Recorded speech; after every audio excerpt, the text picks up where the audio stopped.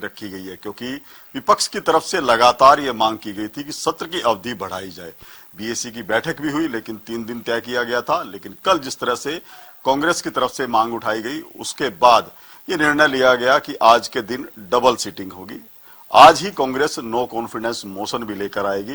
तो ऐसे में आज सदन की जो कार्रवाई है वो हंगामेदार रह सकती है। मेरे साथ कांग्रेस के वरिष्ठ नेता विधायक हैं, उनसे बात कर लेते हैं कि अरोड़ा जी, आज क्या कुछ तैयारी कांग्रेस की है, क्योंकि आज बड़ा महत्वपूर्ण विषय है कि आज नो कॉन्फिडेंस मोशन पर सरकार को घेरने का प्रयास आपकी तरफ से किया जाएगा।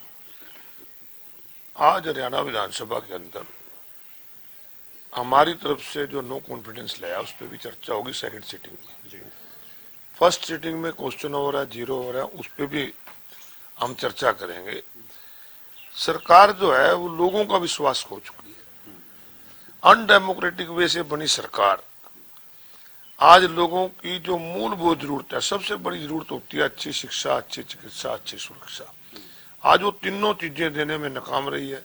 अच्छी शिक्षा कैसे मिलेगी, जो स्कूल में मास्टर नहीं है, बिल्डिंगों की जर्जर हालत है, कहीं वॉशरूम नहीं है, कहीं कंप्यूटर रूम नहीं है। और इसी का नतीजा है कि इनकी सरकारी व्यवस्था की वजह से किस प्रकार 2 होनहार खिलाड़ियों को अपनी जान खोनी पड़ी। हेल्थ की बात करें, स्वास्थ्य की बात करें, कल मंत्री ने खुद माना कि पद खाली पड़े हैं, कहीं डॉक्टर नहीं है, कहीं दवाई नहीं है, दवाई है तो दवाई देने वाले नहीं है। 39% से ज्यादा कांस्टेबल के पद हरियाणा में खाली हैं। तो किस प्रकार सुरक्षा करेंगे? यही कारण है कि लगातार अपराध बढ़ता जा रहा है, लगातार घोटाले हो रहे हैं, पेपर लीक हो रहे हैं। धान घोटाले में किसान को किस प्रकार से लूटा गया, 500 से 600 रुपए क्विंटल कट लगा के लूटा गया। रोजाना इनके पेपर लीक हो रहे हैं, नशा बढ़ रहा है। तो इस चीजों को देख के हमने सरकार के खिलाफ नो कॉन्फिडेंस ले आए। आज उस पर सरकार को आईना दिखाएंगे और हम कहेंगे कि सरकार जो आज लोगों से वादे करके आई है वो पूरा ना करे, परंतु कम से कम जो लोगों की मूलभूत जरूरत है उसे तो पूरा करे। अरोड़ा जी, जिस तरह से धान घोटाले का आप जिक्र कर रहे हैं, मैं बात करूंगा यमुनानगर जिले की, कुरुक्षेत्र की, कैथल की, करनाल की, फतेहाबाद जिले की। इन जिलों में कार्रवाई देखने को मिली कि सरकार ने जो मार्केट कमेटी सचिव हैं उनकी चार्जशीट की है। इसके अलावा कुछ अधिकारियों को सस्पेंड भी किया गया है, कुछ मिलों की भी जांच की है, कुछ से 1-2 मिलर्स हैं जिनके खिलाफ केस भी दर्ज किया गया। क्या लगता है कि सरकार को पहले से पता था कि कांग्रेस इसको मुद्दा बना सकती है, तो इसीलिए त्वरित एक्शन हुआ? ये मुद्दा नहीं है। मैंने पिछले विधानसभा सेशन में मुख्यमंत्री जी से कहा था कि मुख्यमंत्री जी बहुत बड़ा घोटाला हो रहा है, नमी के नाम पे कट लगा के किसान को लूटा जा रहा है। उन्होंने उस समय कहा था कि प्रूफ दो। आज वो स्वयं इस बात जो कार्रवाई कर रहे हैं, तो इसका मतलब धान घोटाला हुआ है। ये धान घोटाला छोटे मार्केट कमेटी के सेक्रेटरी को या अधिकारी को पकड़ के, इसके पीछे कौन है, कौन बड़े लोग हैं जो लगातार 10 साल से किसान को लूट के धान घोटाला कर रहे हैं, सरकार को लूट रहे हैं, किसान को लूट रहे हैं, उनकी भी जांच होनी चाहिए। ये तो सीबीआई को जांच करें। हाईकोर्ट की सिटिंग जज की देख रेख में अगर सीबीआई जांच करेगी तो इसकी परतें खुलेंगी कि कितने हजारों करोड़ रुपए किसान की जेब से निकाला गया। एक और है अरोड़ा जी, देखिए विरोधाभास नजर आता है कि एक तरफ किसान की फसल का मुआवजा मांगा जा रहा है कि फसल खराब हुई है, लेकिन जब हम आंकड़ों पर नजर डालते हैं कि धान उत्पादन रिकॉर्ड हुआ है, धान उत्पादन मंडियों में बढ़ा है, तो फिर मुआवजा कैसे मिलेगा सरकार को? यदि फसल खेत में नहीं हुई तो ये रिकॉर्ड उत्पादन कैसे हुआ? यही तो एक बहुत बड़ा घोटाला है। कागजों में बिलिंग हुई है, मंडी में नहीं आया। तो इस प्रकार से जो घोटाला, यही सबसे बड़ा है कि बाहर के प्रदेशों से चावल लाकर सरकार को दे दिया जाता है और जो धान है वो आया ही नहीं होता, उसकी बिलिंग हो जाती है। यही सबसे बड़ा घोटाला है।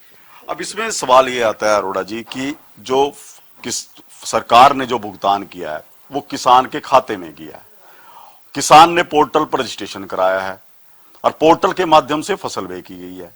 तो क्या किसान और पोर्टल, इसकी भूमिका को आप कैसे देखते हैं? देखिए, किसान के जो खाते में पैसे गए हैं वो आड़ती के पास धान गिरता है। आड़ती जो है वो राइस मिलर से मिलके इस प्रकार का खेल खेला जा रहा है। इसकी तो मैं कहता हूँ सीबीआई से जांच होनी चाहिए कि इस प्रकार से कैसे हुआ। तो कहीं ना कहीं किसान भी तो शामिल हो गया इसमें। एक किसान को तो खाते में पैसे आए हैं, किसान को पता ही नहीं इस बारे में। पेमेंट तो निकाल के देगा किसान। पेमेंट तो गारती ले जाता है कि मैंने तेरे नाम पर्चा कटवा दिया था, मैं तेरे को पैसे मांग। तो ये जो कह रहे थे कि पोर्टल से जो पारदर्शिता आएगी, लेकिन यहाँ तो ये लगता है कि जो इस पूरे घोटाले की जो शुरुआत हुई है वो पोर्टल स्टेशन से हुई है, क्योंकि पोर्टल स्टेशन में भी कई फर्जीवाड़े सामने आए हैं। बहुत भूमि ऐसी है जो पोर्टल पे दर्ज है और एक्चुअल में नहीं है। तो ये सारी मिली भगत तभी उजागर होगी जो उसकी व्यापक जांच हो। एक और कल मुद्दा जो आपने अभी उठाया था कि जो शिक्षा को लेकर एक ऑडिट कराया जाए सरकारी स्कूलों का, कि ऑडिट की जो रिपोर्ट आएगी वो बजट सत्र से पहले हो, ताकि तय किया जा सके कि स्कूलों की दशा किस तरह से सुधारी जाएगी। आज स्कूलों की हालत बहुत खस्ता है। आज इसका जीता जागता सबूत है कि 2 होनहार खिलाड़ियों की सरकारी अव्यवस्था की वजह से जान देनी पड़ गई।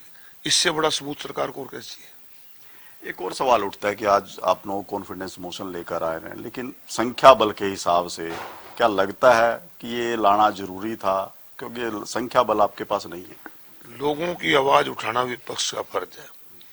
आज वो लोगों का विश्वास ये सरकार खो चुकी है।